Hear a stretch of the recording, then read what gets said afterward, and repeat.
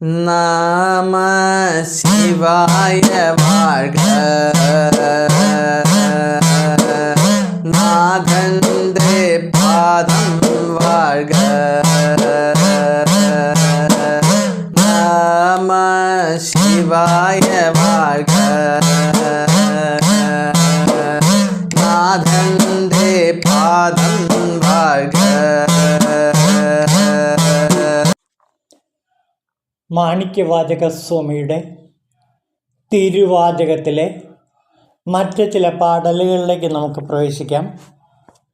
വേദങ്ങൾ നാലും ഉണർത്തിയിടാനായി നന്തംപാടിയിൽ ആചാര്യനായതും പിൻധർമ്മ വൃഷഭത്തിന്മേലേറി ലോകർതൻ നന്മയ്ക്കായി താനും ദേഹാർത്ഥവുമായ വെവ്വേറെ വേഷം പ്രകൃതിയും കൈക്കൊണ്ട് നന്ദന്തരത്തിൽ ഉദിച്ചെന്നതും പിൻ കുടനാട്ടിൽ വണികരനോടൊത്ത് ചേർന്ന് അശ്വപ്പടയെ നയിച്ചെന്നതും വേലം പൂത്തൂരിഴും ഉഗ്രകുമാരന് വേലേകി തൻ രൂപം കാട്ടിയതുമായ അല്ലയോ ശിവഭഗവാൻ, അങ്ങയ്ക്ക് നമസ്കാരം. അപ്പോൾ ഇവിടെ ശിവപാർവതിമാരുടെ ജീവിതത്തിലെ ചില അനർഘ നിമിഷങ്ങളെയാണ് മാണിക്യവാചകസ്വാമി ഇവിടെ ധ്വനിപ്പിച്ചിരിക്കുന്നത്. നമുക്ക് ആ കഥയിലേക്ക് കൂടി കിടക്കേണ്ടിയിരിക്കുന്നു. നോക്കൂ, വേദങ്ങൾ നാലും ഉണർത്തി നന്തംപാടിയിൽ ആചാര്യനായതും, നന്തംപാടിയിൽ ആചാര്യനായി നിന്നുകൊണ്ട്, ദക്ഷിണാമൂർത്തിയായി നിന്നുകൊണ്ട് വേദങ്ങൾ നാലും തൻ്റെ ശിഷ്യന്മാർക്ക് ഉണർത്തിച്ചു കൊടുത്താലയോ ഭഗവാൻ, അങ്ങയ്ക്കായി നമസ്കാരം. അപ്പോൾ ശിവൻ്റെ ദക്ഷിണാമൂർത്തി ഭാവത്തെക്കുറിച്ചിട്ടാണ് ഇവിടെ പറയുന്നത്. ശിവൻ ദക്ഷിണാമൂർത്തിയായി വിലസുന്ന മധുര മീനാക്ഷി ക്ഷേത്രത്തിലെ തെക്ക് വശമാണ് നന്തൻപാടി.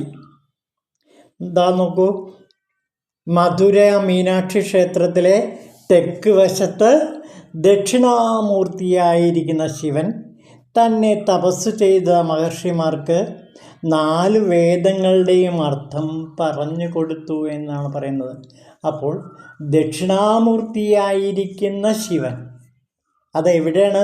മധുര മീനാക്ഷി ക്ഷേത്രത്തിലെ തെക്ക് ഭാഗത്താണ് ഈ നന്തംപാടി സ്ഥിതി ചെയ്യുന്നത്.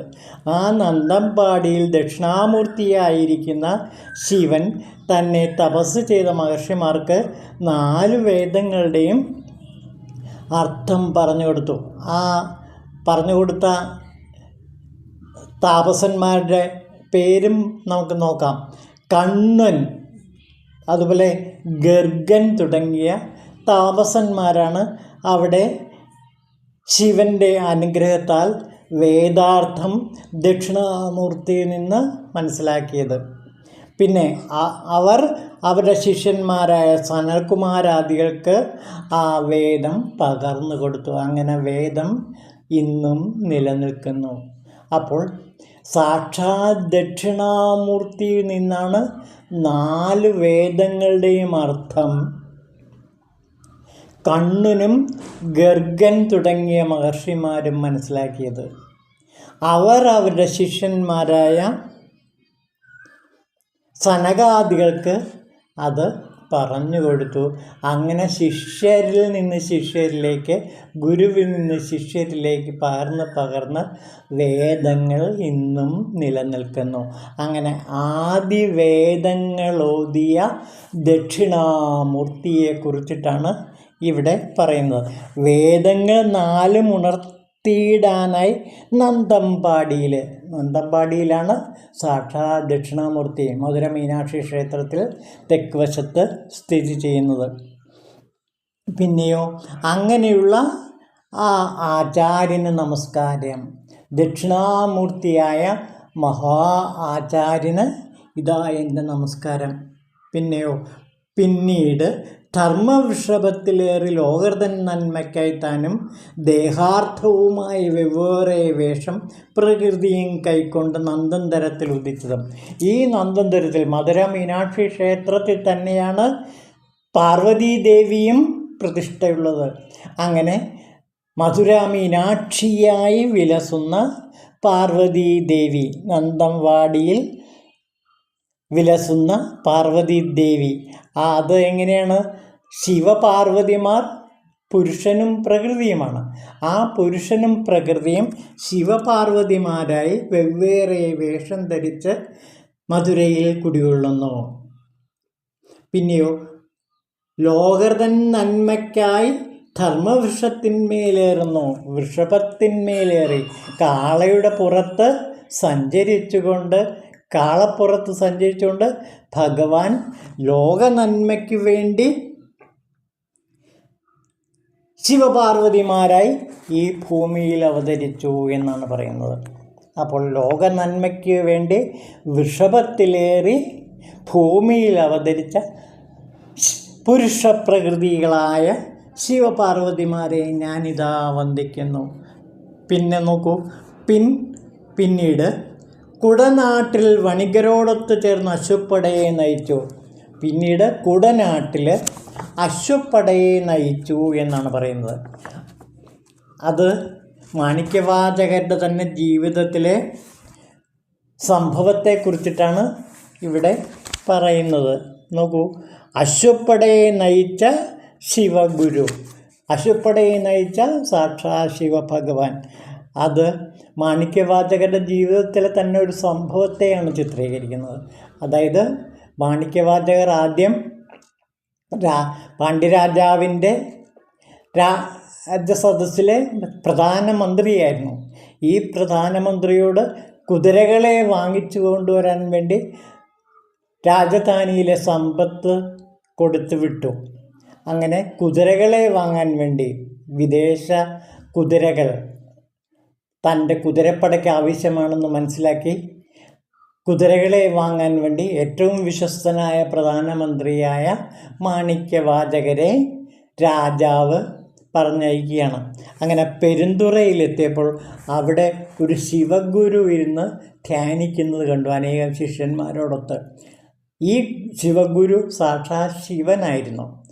പ്രത്യേകമായ സ്നേഹവാത്സല്യങ്ങളും ബഹുമാനവും തോന്നിയുകൊണ്ട് മാണിക്യവാചകർ ഗുരുവിൻ്റെ സാമീപ്യം ചെന്ന് ഗുരുവിൻ അനുരക്തനായി അവിടെ ഇരുന്നു പോയി.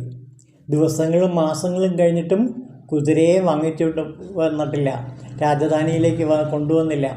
അപ്പോൾ ശിഷ്യൻ തൻ്റെ പടയാളികളെ പറഞ്ഞയച്ച് വിവരമന്വേഷിച്ചു.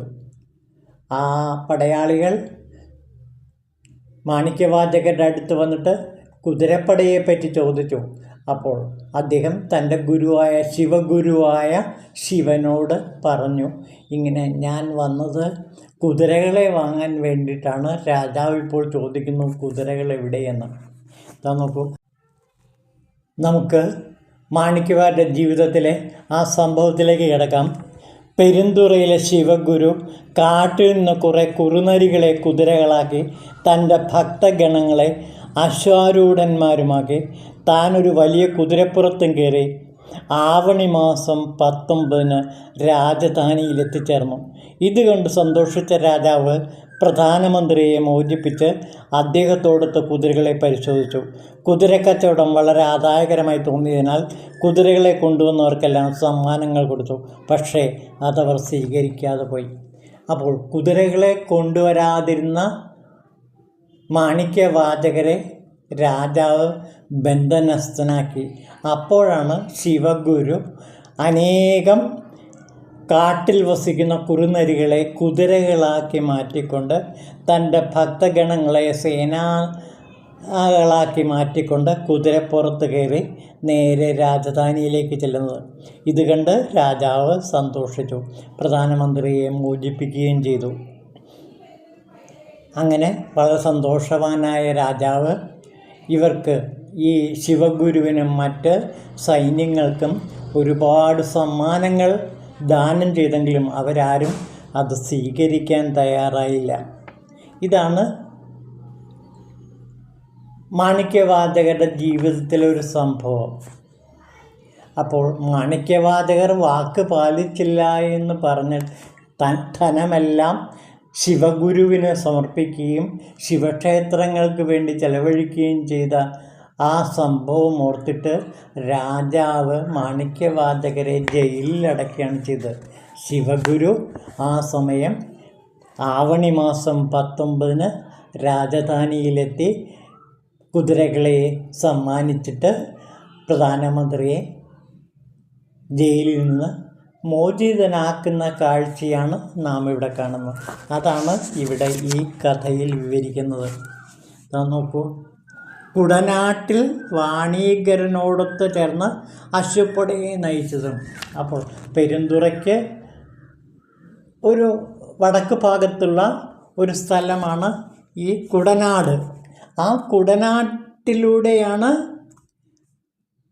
ശിവഭഗവാൻ കുതിരകളോടൊത്ത് അശ്വപ്പടയെ നയിച്ച് രാജാവിൻ്റെ അടുത്തേക്ക് ചെന്നത്.